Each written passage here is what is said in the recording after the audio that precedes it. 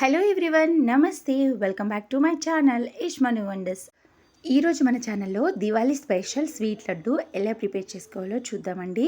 Sweet చూడడానికి అచ్చం మోతీచూర్ లడ్డూలా ఉంది కదా, టేస్ట్ కూడా చాలా అంటే చాలా బాగుందండి. ఈ స్వీట్ లడ్డూని గోధుమ రవ్వతో ఎలా ప్రిపేర్ చేసుకోవాలో ఈ వీడియోలో చూపిస్తానండి.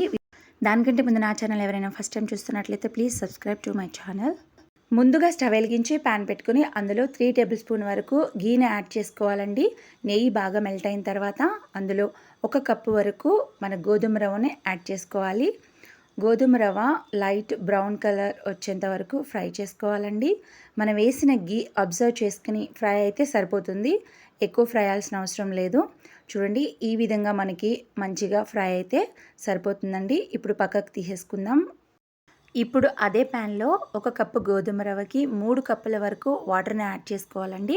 వాటర్ రోలింగ్ బాయిల్ వచ్చేంత వరకు మరిగించుని అందులో మనం ముందుగా ఫ్రై చేసి పెట్టుకున్న గోధుమ రవ్వని యాడ్ చేసుకోవాలి. అంతా ఒకసారి మిక్స్ చేసుకుంటూ మనం కుక్ చేసుకోవాలండి. ఈ లడ్డు ప్రిపేర్ చేసేటప్పుడు మనం కొలతలు అనేవి కరెక్ట్గా వేసుకోవాలి. చూడండి, అడుగు అంటకుండా మనం లిడ్ పెట్టుకుని కుక్ చేసుకోవాలి. ఈ విధంగా మనకి కుక్ అయిన తర్వాత ఇందులో కొద్దిగా ఇలాచీని యాడ్ చేసుకోండి. ఆ తర్వాత 1 కప్పు షుగర్ని యాడ్ చేయాలండి. 1 కప్పు గోధుమ రవ్వకి 1 కప్పు షుగర్ అయితే సరిపోతుంది. మనం ఏ కప్పుతో అయితే రవ్వ తీసుకున్నామో అదే కప్పుతో షుగర్ని యాడ్ చేయండి. తీపిని ఎక్కువగా ఇష్టపడే వాళ్ళు మరి కొంచెం యాడ్ చేసుకోవచ్చు. ఆ తర్వాత ఇందులో కొద్దిగా ఫుడ్ కలర్ని యాడ్ చేశానండి. ఫుడ్ కలర్ అనేది పూర్తిగా ఆప్షనల్. చూడండి, అంతా ఒకసారి మిక్స్ చేసేసుకోవాలండి.